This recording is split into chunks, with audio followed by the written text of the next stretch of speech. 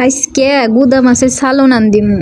তো আপনাদের সাথে সবই শেয়ার করি, তাই ভাবলাম এডওয়াল্লা শেয়ার করি। তো আপনারা কি ভালো আছেন নি সবাই? আমি ভালো আছি, এই জন্য যে গুদা মাছ নিয়ে আসি। যদিও গুদা মাছ খুব একটা আমি খাই না, আমার ভাল লাগে না, দেখলি আমার রাগ উঠে। কাটা ধোয়া আমার কাছে খুবই বিরক্ত লাগে, খুবই রাগ হয়, এই জন্য নিয়ে আসি না। তো মাঝে মাঝে গুদা মাছ খাওয়া ভালো, চোখের জ্যোতি বাড়ে, এই জন্য আজকে অনেকদিন পর নিয়ে আসলাম। তো রান্না করতেছি, ভাবলাম যে আপনি করে হাতে আল্লাহ শেয়ার করি। তো আমি কুচি কুচি হয়ে আলু বেগুন এগুলা কাইটে নিছি। গুদা মাছ তো লগা আলু আর বেগুন এগুলো কুচি কুচি করে কাইটে নিলি আল্লাহ ভালো লাগে, তাছাড়া আবার বেশি ভালো লাগে না। তো সব কিছু কাইটে ধুইয়ে নিছি, এখন হলো মশলাপাতি তুলে দিতেছি। আমরা সব সময় হচ্ছে গুদা মাছ একদম মাখায়া একবারে তুলে দিই। অনেকে অনেক রকমভাবে রাঁধে, কিন্তু আমরা এইভাবেই রাঁধি, একবারে হচ্ছে সব কিছু তুলে রাঁধি। আমি তো আগেই হচ্ছে গুদা মাছ জাল দিয়ে নিছি, এখন তো হচ্ছে গুদা মাছ দিয়ে আনবো পরে।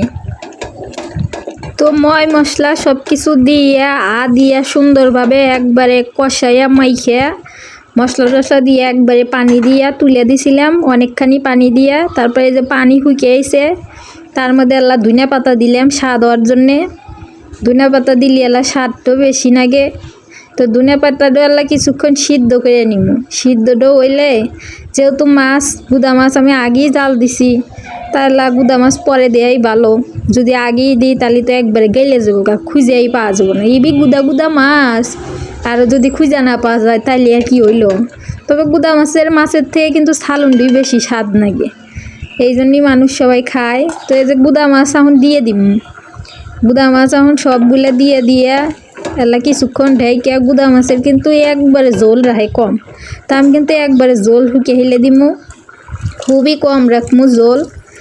আর গুদা মাছ দিয়ে কিন্তু সেই স্বাদ, আপনারা এভাবে রাইন্দা খাইবেন, দেখেন খুব ভাল লাগে। একবারে আহা দিয়া কইসা মেখে তুলে দিবেন। তো এই তো আমার গুদা মাছ একবারে আমি জোল কমে নিছি, আমার গুদা মাছ কিন্তু রান্না একবারে শেষ। তো রান্না বান্না গুদা মাছের শেষ। এখন এই তো বুট বেরোনি তুলে দিছি, বুট ভালোভাবে সব কিছু মশলা হাতে সিদ্ধ করবেন লেগে দিছি। সব কিছু আপনাকে অত দেখাইলাম না, কারণ এই ভিডিও এর আগেও দিছিলাম, আপনারা দেখছেন, আর আপনারা পারেনি এই জন্য আর দেইনি কে। তো এই যে সুন্দরভাবে চাউল দিয়ে মাখিয়ে নিতেছি বুটের সাথে, এলা কিছুক্ষণ ভাজি করে নিব। ভাজি করে নিলে জিনিসটাও এলা বেশি ভালো লাগে, ওই জন্য কিছুক্ষণ মশলার সাথে কইসা ভাজি ভাজি করে নিতেছি।